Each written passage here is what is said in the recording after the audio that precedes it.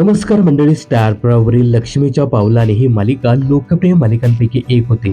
चांगली प्रेक्षक संख्या असून देखील 12 डिसेंबर रोजी या मालिकेने प्रेक्षकांचा निरोप घेतला.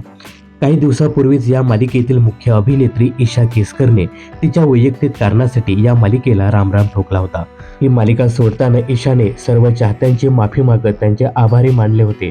ईशाने ही मालिका सोडल्यानंतर या मालिकेत सुकन्या या नव्या पात्राची एंट्री झाली होती. ईशाने मालिका जेव्हा सोडली त्यानंतर या मालिकेच्या टीआरपीत मोठी घसरण होत गेली. त्यानंतर ही मालिका मात्र नेहमीच 5व्या किंवा 6व्या स्थानी असायचे. मात्र जेव्हा या मालिकेचा शेवटचा भाग प्रदर्शित झाला त्यावेळी मात्र या मालिकेने टीआरपीचे सर्व रेकॉर्ड मोडले. नुकतेच 7 डिसेंबर ते 13 डिसेंबर या कालावधीमधील मालिकांचा टीआरपी रिपोर्ट समोर आला आहे. या टीआरपी रिपोर्टनुसार लक्ष्मीच्या पावलाने ही मालिका शेवटच्या आठवड्यात तब्बल 4.7 एवढा टीआरपी घेत दुसऱ्या स्थानावर पोहोचली आहे.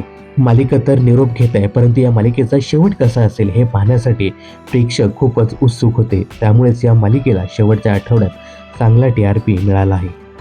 चांगला टीआरपी घेत एक गोड शेवट करत या मालिकेने प्रेक्षकांचा निरोप घेतला. तर मित्रांनो, तुम्ही लक्ष्मीच्या पावलांनी या मालिकेला मिस कराल का हे कमेंट्स करून नक्की सांगा. मनोरंजन क्षेत्रातील अशाच फिल्मी अपडेट जाणून घेण्यासाठी चॅनलला सबस्क्राईब करायला विसरू नका.